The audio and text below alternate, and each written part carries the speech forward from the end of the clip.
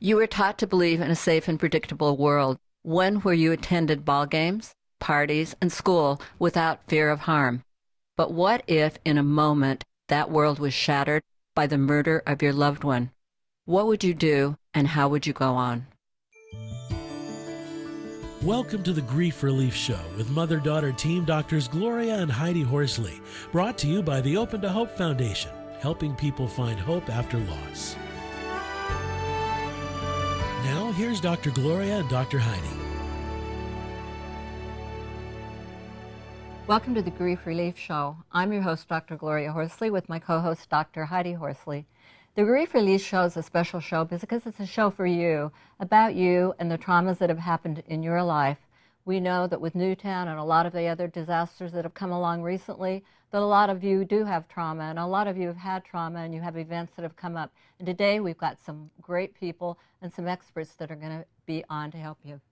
Hi, Mom. Well, we are a mother-daughter team, and we do a weekly series, and we are very excited about our guest today. We have Radha Stern today, and she's got a really incredible story.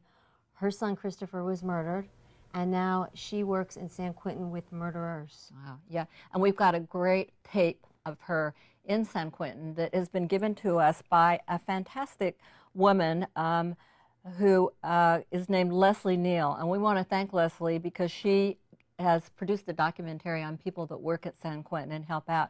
And her clip's called The Unlikely Friends Clip, courtesy of Chance Films, and we'll be showing that. How do you transform your life after loss, and how do you find hope again? So we want to start with you today with this tape from Radha Stern, about Radha Stern, because we think it's going to help you to realize the kinds of things that you can do and the kind of hope there is after loss. So let's roll that tape.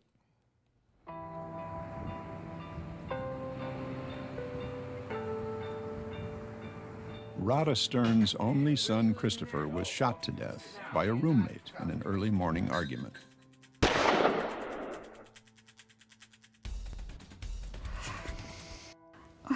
You know, as a mom, you just want to hug them and put the Band-Aids on and everything to be okay. You know, in this situation, it's never going to be. It's just so. For years, she searched for ways to transform her grief. But it wasn't until she was invited to share her personal story with a group of murderers at California's San Quentin State Prison that she found the peace she was looking for. So my son Christopher Robin was murdered 15 years ago, March 21st, and he was 21 years old. He was at school, and he was killed by his school roommate. You feel like you've been run over by a semi-tractor trailer truck, but there's no bruises, there's no scars. You know, you just feel completely devastated, hurt, shocked.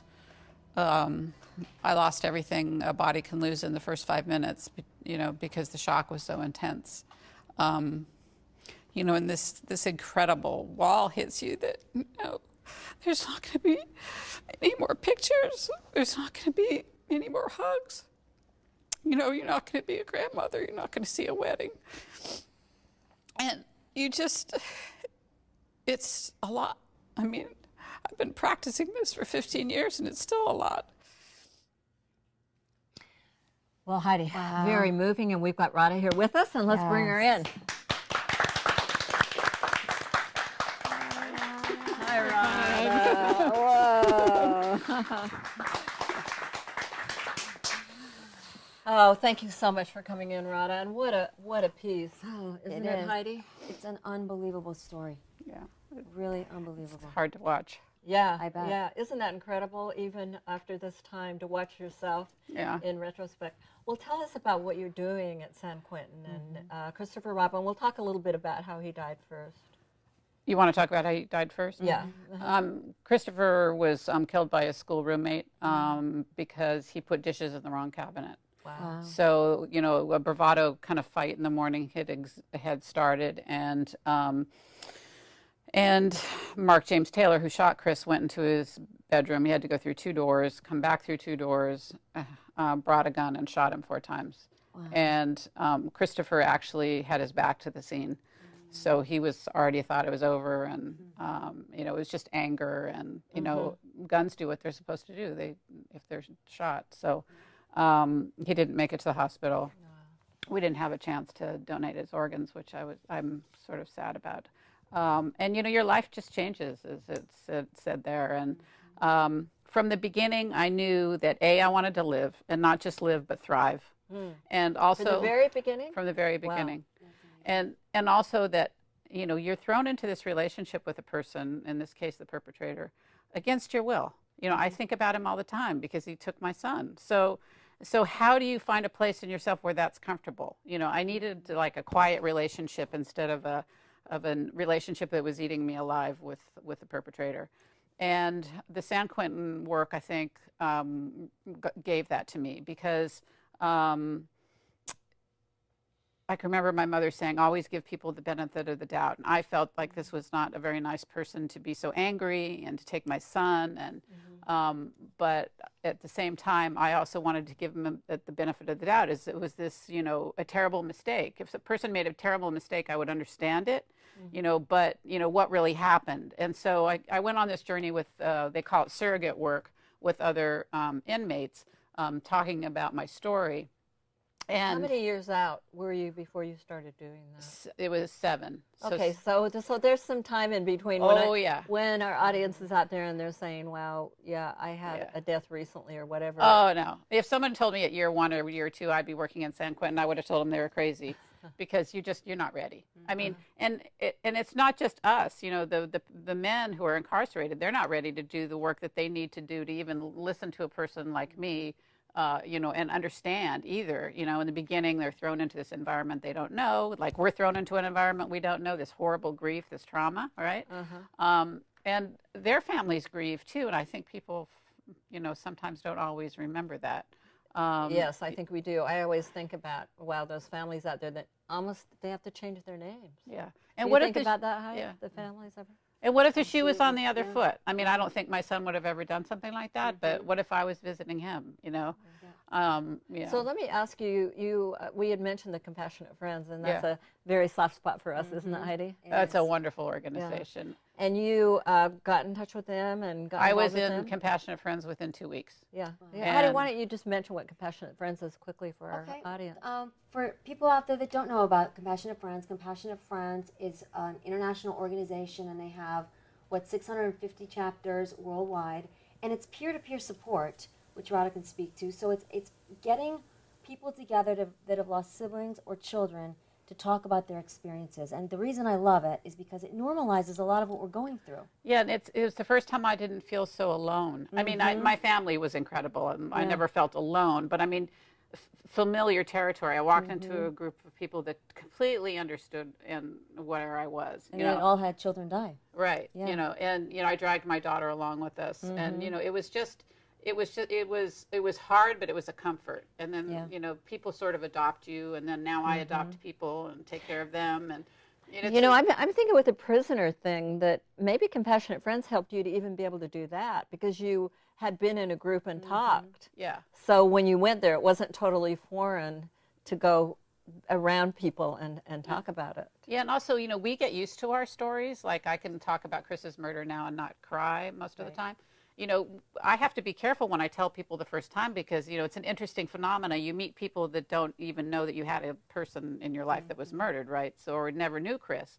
And so when you talk about it, you know, people are just, sometimes they stop me. You know, I'm pretty used to it, but you also have to take that in consideration. They've never heard it before, but you've told it a lot. A lot. You've heard your I've story. had almost 17 years of practice, right? Yeah. So, yeah. That makes sense. So that's another issue. Now, tell me what you think. Do the prisoners get out of it, and what do you get out of going?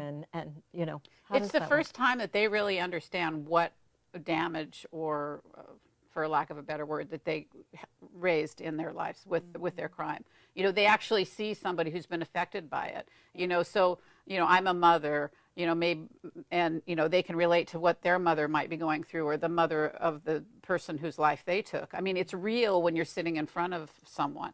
And it's very difficult for them. It's a real, they call it sitting in the fire. You know, it's dealing with all that stuff. And it's transformational. I mean, I've seen it sort of unpack itself, the work that I've been doing with a group of men now for about 8 years, you know, how it affects them. And it puts them into another perspective. And then they also, because they're, it's like the pebble in the pond, you know, it makes them really understand, you know, what they created. Because it's not just them, you know, it's the community, it's their family. You know, it's far reaching. So maybe they've never even thought about it, and watching you and your emotions, it kind of unlocks their heart, and they really start thinking about, wow, the impact that this has had on so many people, the impact that this murder has had. So, my name is Julia O'Daly, and I have a question for Radha. Radha, what happened to the perpetrator? Mark Taylor is serving a sentence of 19 and a half to life.